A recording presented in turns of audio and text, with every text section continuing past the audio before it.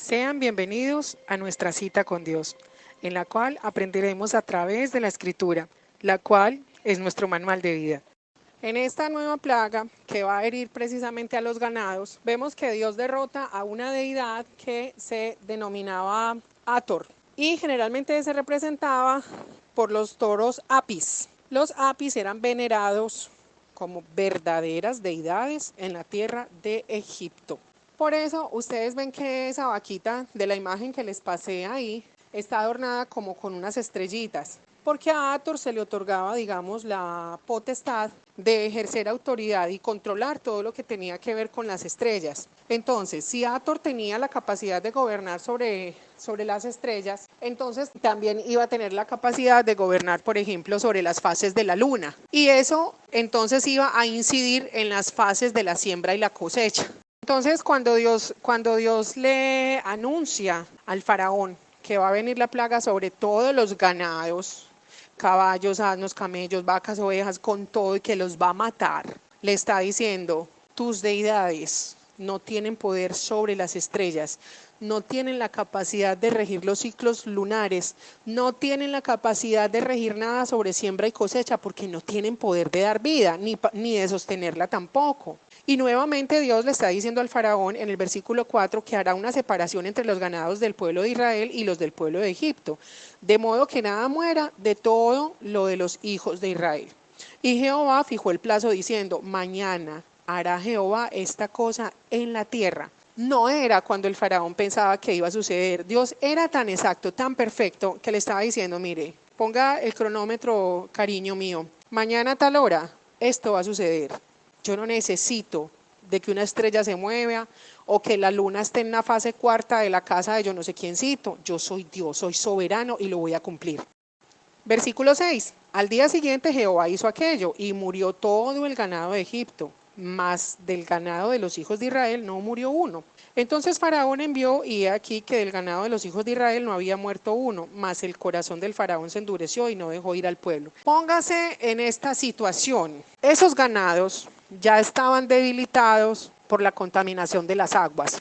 Muy probablemente ya estaban aún enfermos porque las moscas afectan al ganado poniendo huevos en ellos, y eso les causa lo que comúnmente conocemos como las gusaneras. Si ya no habían cosechas porque se habían secado a falta de agua del río Nilo, entonces lo que seguía, digamos, en esa cadena de alimentación era la carne de algunos animales. Pero si esos animales ya tampoco estaban vivos, entonces ¿qué iban a comer? Ya el pueblo egipcio estaba demasiado debilitado, ya estaban en grandes problemas, ya no había provisión. Dios estaba mostrándole al faraón que el faraón estaba completamente perdido en esa batalla. El faraón como que no daba crédito a lo que estaba pasando, entonces decide enviar, me imagino que a sus informantes, y decir: ve, Perencejo, haceme un favor, andate para la tierra de Gosén y te llevas ahí la cámara y me tomas unas fotos. Ah, no, verdad que eso ya no existía en ese tiempo. Bueno, entonces te llevas esta tablilla de cerámica y ahí me vas a dibujar con esta piedrita a ver qué está pasando pues allá, cuál es el cuento, si definitivamente pues estos israelitas son intocables. Y efectivamente cuando llegaron los que informaban, se dieron cuenta de que de los ganados del pueblo de Israel, ni uno solo había muerto. Cuando aquí dice que más el corazón del faraón se endureció y no dejó ir al pueblo, ya aquí estaba sucediendo también rabia, tal vez envidia, mezclado con impotencia, mezclado con arrogancia. Era una sopa de sentimientos en el corazón y en la cabeza de este faraón, que ya su corazón estaba iracundo, no entendía. Y lo peor de no entender es que entonces usted no puede explicar. Entonces él, cómo le iba a hacer para explicarle a sus consejeros qué era lo que estaba pasando si él ni siquiera sabía lo que estaba pasando. Al derrotar todo el sistema idolátrico de Egipto, el primer derrotado iba a ser el faraón, porque se suponía que él era el amigo de los dioses y porque se suponía que los dioses hablaban directamente con él para que él a su vez comunicara al pueblo. Y el faraón estaba siendo ridiculizado de la peor manera por el Dios de los hebreos. Hemos llegado entonces a la sexta plaga, que era la plaga de las úlceras. Y aquí, de alguna forma, Dios hace uso al mismo tiempo de un castigo, un juicio tremendo contra este imperio, contra el faraón, contra su pueblo, contra sus costumbres, sus deidades, sus creencias, todos sus sistemas estaban viniendo abajo. Pero también vemos que Dios de alguna forma hace uso de un humor bastante peculiar. Vamos a ver por qué. Resulta que con esta sexta plaga, la plaga de las úlceras, Dios estaba ridiculizando la idea que el pueblo tenía de un Dios al cual denominaban Imhotep. A esta deidad se le otorgaba, o se creía más bien, que tenía la capacidad de efectuar sanidades y curaciones. Y precisamente esta plaga, como vamos a ver a continuación, es la primera plaga que toca directamente el cuerpo de los egipcios. Todas las anteriores habían sido externas al cuerpo, pero esta ya toca la carne misma. Resulta que Imhotep fue un funcionario del alto rango faraónico que databa de muchísimos siglos antes de que sucediera esto. Y con el pasar de los siglos, él fue médico, astrónomo, arquitecto súper destacado. Y con el pasar de los siglos, fue elevado a la condición de Dios. Su incidencia en la medicina y en la arquitectura fue tan tremenda que cuando se hacen, digamos, todos los barridos históricos de quiénes fueron los primeros científicos, vamos a encontrar que Imhotep, como hombre, como ser humano, va a ser un médico extraordinario y va a hacer aportes increíbles a lo que conocemos hoy como medicina moderna. Por ejemplo, ¿qué aportes hace no solamente Imhotep, sino todos los médicos que estaban, digamos, bajo su mando o bajo su dirección? Ellos empiezan a hacer las disecciones de los cuerpos. Era normal dentro de la cultura egipcia. Recuerde que ellos hacían todo el tema de las momificaciones.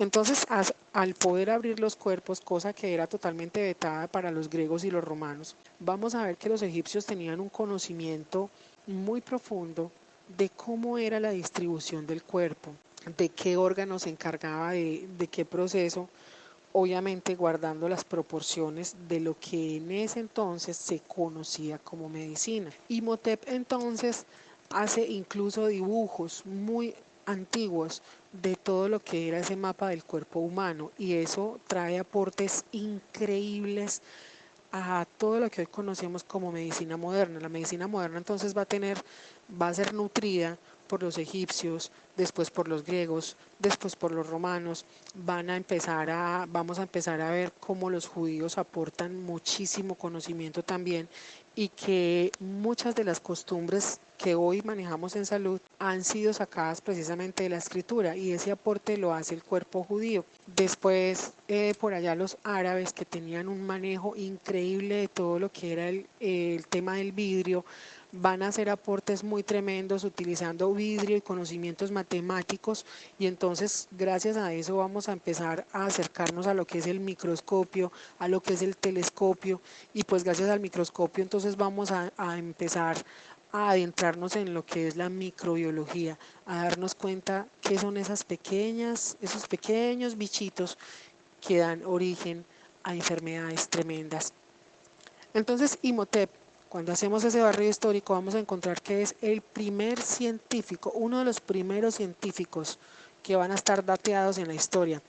Pero al pasar de los siglos, como es reconocido como una deidad, pues entonces Dios no se va a vengar precisamente de Imhotep como hombre, sino del concepto que el pueblo tenía de Imhotep como divinidad. Entonces aquí vemos que Dios le da una instrucción muy específica a Moisés y a Aarón. Les dice que tomen un puñado de ceniza de un horno y que la esparzan hacia el cielo delante del faraón. Los hornos en aquella época, una de las funciones que tenían era la cocción de alimentos. Incluso es un invento que se le atribuye a los egipcios. Son los primeros que empiezan a cocer los alimentos y manejan el concepto de horno muy semejante a lo que conocemos hoy como los hornos de barro. Entonces ellos hacen también ese aporte a la parte de la gastronomía mundial. Resulta que los hornos también eran utilizados, por ejemplo, para temas de fundición. En general, en un horno, lo que vamos a encontrar como ceniza es el resultado de la combustión absoluta de materiales orgánicos que hay ahí o que se consumieron ahí. Cuando nosotros hablamos de combustión absoluta de algún elemento, de alguna forma espiritual, es como si el fuego venciera o empezara a reinar sobre esa materia que no importa qué tan rígida sea, va a ser consumida en su totalidad por las llamas. Bajo ese concepto entonces, o bajo ese simbolismo, podemos encontrar que la ceniza tenía muchísimos significados para las culturas más antiguas. Algunos de ellos era que la ceniza iba a ser una señal de dolor. Cuando alguien, por ejemplo, se ponía ceniza sobre su cuerpo, era porque estaba mostrando el profundo dolor que estaba sintiendo su corazón. También podía simbolizar un momento de arrepentimiento de algo que se había hecho malo. Simbolizaba destrucción total, simbolizaba derrota, pero generalmente el concepto más conocido de la ceniza era un concepto de humillación de aquel sobre el cual la ceniza iba a reposar. Entonces, cuando Dios le dice a Aarón y a Moisés que deben tomar un puñado de ceniza del horno, le están diciendo: tome el simbolismo de la derrota, de la humillación, del luto, de la destrucción total, del arrepentimiento, y láncelo delante del faraón. No al faraón, entiéndase bien. La orden era lanzar esto de forma tal que fuera en dirección hacia el cielo, pero que el faraón viera lo que estaba sucediendo con esa ceniza. Cuando estamos hablando de ceniza, entonces estamos hablando de un material que, al ser el producto de una combustión absoluta, no va a tener en sí mismo, muy posiblemente, bueno, si eran cenizas frescas, no iba a tener en sí mismo la capacidad de infectar nada. Era un material inocuo. Es algo así como si tú frotaras una piedra que ha sido llevada al fuego por días y días y días ahí quemándose. La piedra se enfría y te la pones sobre tu cuerpo, pues esa piedra va a estar tan purificada por el fuego que no va a tener la capacidad para infectar. Sin embargo, Dios acá hace que un material inocuo sea capaz de generar enfermedad. Y recuerden que a Imhotep se le atribuía la capacidad de sanar y de curar cualquier tipo de lesión. Entonces la derrota es tremenda. Ya nosotros, entendiendo en nuestros días todo este concepto de la química, la física, la biología, la medicina que regía sobre todas estas materias, va a ser más tremendo saber que Dios estaba derrotando a aquel que los egipcios creían que tenía capacidad para sanarlos, lo va a derrotar a través de la enfermedad. Entonces les está diciendo al sistema egipcio, al sistema politeísta de los egipcios, les está diciendo: a ese que ustedes creen que los va a sanar, los voy a derrotar con una enfermedad. Y va a ser una enfermedad que va a surgir a partir de una materia que es incapaz de contener vida en sí misma. Versículo 11 dice: y los hechiceros no podían estar delante de Moisés a causa del sarpullido, porque hubo sarpullido en los hechiceros y en todos los egipcios. Vamos a entender este versículo. Resulta que estos hechiceros, desde dinastías muy antiguas, estaban presentes en la corte faraónica. Socialmente, ellos se consideraban intocables, se consideraban personas demasiado poderosas porque tenían, digamos, esa comunicación con esa parte espiritual oscura. Entonces eran considerados, como para traerlo a nuestro lenguaje actual, como semidioses, por decirlo así. Entonces ellos, como estaban directamente al servicio de la corte del faraón, probablemente se consideraban por encima del bien y el mal. Vemos en las anteriores plagas que ellos estaban ahí, al frente de Moisés, de Aarón, tratando de hacer las mismas señales. Pero vemos que en la anterior ellos le dicen al faraón que eso que está sucediendo es el dedo de Dios. O sea, ya ahí reconocieron, esto proviene de un poder que nosotros no conocemos, al cual tampoco servimos, y lo que les recomendamos es que tenga cuidado, porque de verdad es algo demasiado poderoso lo que está frente a nosotros. Sin embargo, aquí en esta plaga de las úlceras, aquellos que se consideraban intocables, aquellos que el pueblo veía como los semidioses, como aquellos que estaban bajo la protección de las divinidades y que hablaban de tú a tú con los dioses, pues vemos que acá se enferman como el resto del pueblo. Por eso dice al final del versículo 11: hubo sarpullido en los hechiceros y en todos los egipcios. Es decir, con esta señal de las úlceras, Dios los estaba bajando de todos los rangos en los que ellos se habían subido. Y les está diciendo: ustedes son como cualquier mortal, ustedes no son nadie. Si te gusta lo que aprendiste, te invito a que te suscribas, a que le des like y que actives la campanita para recibir nuestras notificaciones.